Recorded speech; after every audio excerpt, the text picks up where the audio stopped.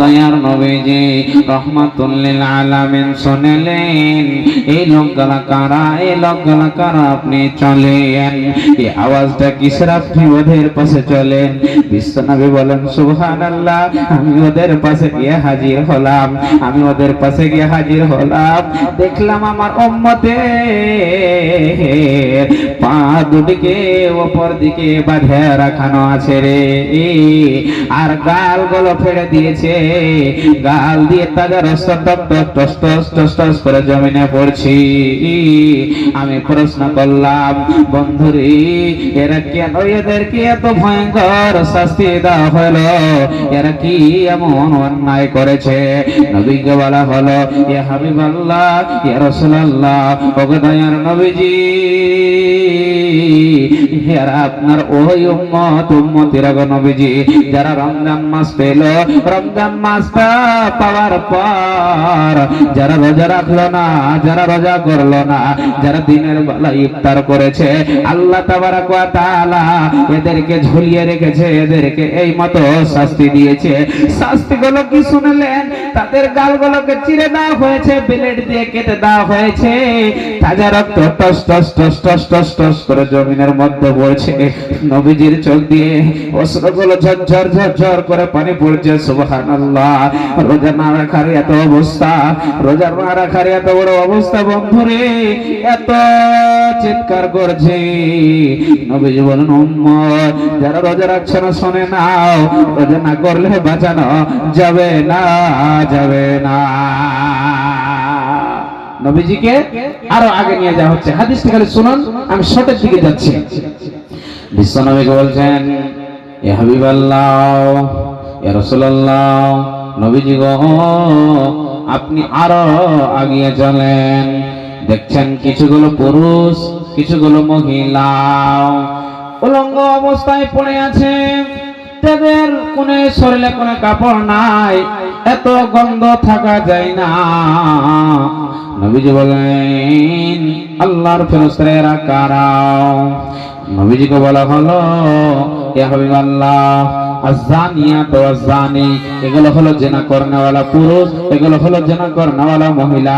আব্বাকে লুকিয়ে লুকিয়ে গোপনে গোপনে জিনা করেছে, মাকে লুকিয়ে লুকিয়ে গোপনে গোপনে জিনা করেছে, অন্য ছেলের সাথে ফোনে কন্টাক্ট করেছে, ফোনে কথা বলেছে, আর ফোনে কথা বলার পর এক রাত, দুই রাত, তিন রাত কথা বলার পর রাস্তায় গিয়ে লুকিয়ে লুকিয়ে লুকিয়ে লুকিয়ে তারা জিনা করেছে, তারা বিবাহিত কাজ করেছে, তারা গালাত কাজ করেছে। ওই জন্য আল্লাহ এদের লজ্জায় স্তম্ভে একটা পচা গন্ধ বের হচ্ছে। নবীজি বলেন, সুবহানাল্লাহ, হে আল্লাহ, আমার উম্মতের এই অবস্থা, গোপনে গোপনে লুকিয়ে জিনা করার কারণে এদের এত গন্ধ থাকা যায় না। নবীজিকে বলা হচ্ছে, ইয়া হাবিবাল্লাহ, ইয়া রাসূলুল্লাহ, আপনি আর আগে চলুন, আপনি আর আগে চলুন। নবীজিকে নিয়ে যাওয়া হলো। সুবহানাল্লাহ, কিছুগুলো মানুষ তাজা রক্ততে, তাজা রক্তের নদীতে হাবুক ডুবুক খাচ্ছে, হাবুক ডুবুক খাচ্ছে। নবীজি দৃশ্য দেখে চোখের পানি ঝরঝর ঝরঝর করে ঝরছে। আল্লাহর নবী বললেন, বন্ধুরে ও আল্লাহর ফেরেশতারা এরা কারা? আল্লাহ এদেরকে কেন এত কষ্ট দেয়, এত শাস্তি দিচ্ছে? মানুষরা যদি ডুবে যায়, পানিতে ডুবে মারা যায়, এরা তো পানিতে ডুবে না, তাজা রক্ত দেয়, তাজা রক্ত হাবুক ডুবুক খাচ্ছে। এরা কেমন খাচ্ছে বন্ধু শুনলেন? আমার মায়েরা শুনলেন, এদেরকে পাথর মারছে রে, মাথাটা ফেটে যাচ্ছে, আবার পাথর নিয়ে আসে নদীর ধারে চলে আসছে। নবীজি বললেন, ফেরেশতারা এরা কারা? কেন এদেরকে এত কষ্ট বিকট শাস্তি দেওয়া হচ্ছে? তারা দুইজন বলছে, ইয়া হাবিবাল্লাহ, ইয়া রাসূলুল্লাহ, ওগো দয়ার নবীজি, এরা হলো ওই আল্লাহর নাফরমান বান্দা বান্দীরা, যারা সুদ লাই, যারা সুদ দেয়, যারা সুদ লাই, যারা সুদ দেয়, যারা সুদের পাতে বসে থাকে, যারা সুদের সাক্ষী দেয়। আল্লাহ তাবারাক ওয়া তাআলা সুদ নেওয়ার কারণে, সুদ দেওয়ার কারণে এই রক্ত, তাজা রক্ত দেখাবো খাচ্ছে। নবীজি বলছেন, উম্মতের শুনে নাও, আজকে থেকে তোমরা তওবা করে নাও, আমরা সুদ নেব না, সুদের পাশে যাব না, সুদের পাশে দাঁড়াবো না। নবীজি বলছেন, সুবহানাল্লাহ, সুদের সব চাইতে ছোট গুনাহ হলো রে নিজের মায়ের সাথে নিজে জেনা করা। নাউজুবিল্লাহ। সুদের সব চাইতে ছোট গুনাহ হলো নিজের মায়ের সাথে নিজে জেনা করা। কেউ চাইবে না নিজের মায়ের সাথে জেনা করব, সব চাইতে ওটা হলো মন্দ কাজ, বুড়া কাজ। তবে আপনি বুঝলেন সুদের কত বড় গুনাহ বন্ধরে। খবরদার হাতে পায়ে ধরে বলছি মায়েরা, বোনেরা, আব্বা জানেরা, কেউ সুদের পাশে যাবেন না, তো পাশানো যাবে না। নবীজি বলছেন আরো আগে গেলাম, কিছুগুলো মানুষ নিজের চামড়াকে চিবিয়ে চিবিয়ে চিবিয়ে চিবিয়ে খাচ্ছে। নবীজি বলছেন এরা কারা? উত্তর আছে এরা হচ্ছে গীবাত করনেওয়ালা, গীবাত করনেওয়ালে পর আল্লাহ এদেরকে এরকম শাস্তি দিয়েছে। আরো আগে নিয়ে যাওয়া হলো। আগে নিয়ে যাওয়ার পরে দেখছেন কিছুগুলো মানুষের পেটটা পেটলার মতো ফুলে আছে, কলসির মতো ফুলে আছে। নবীজি বলছেন এরা কারা? এরা কারা?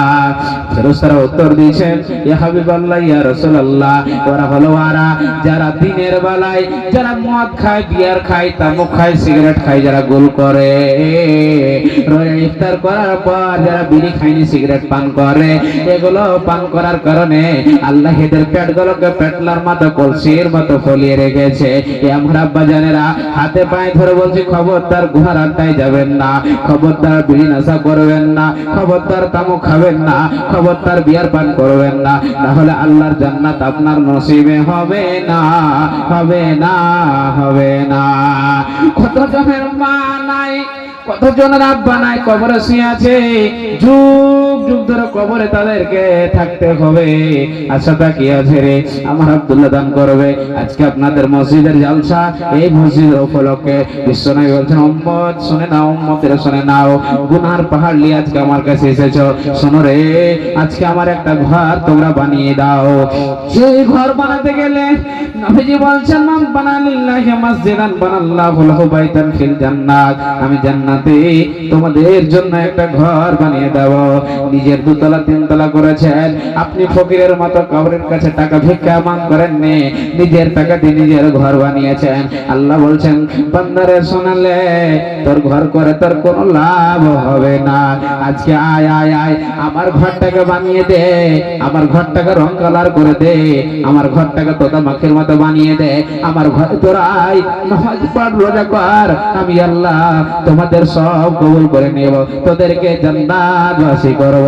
কতজন মায়ের স্বামী নাই, স্বামী মারা গেছে, কতজন ভাই আব্বা জানেন আব্বা মা মারা গেছে।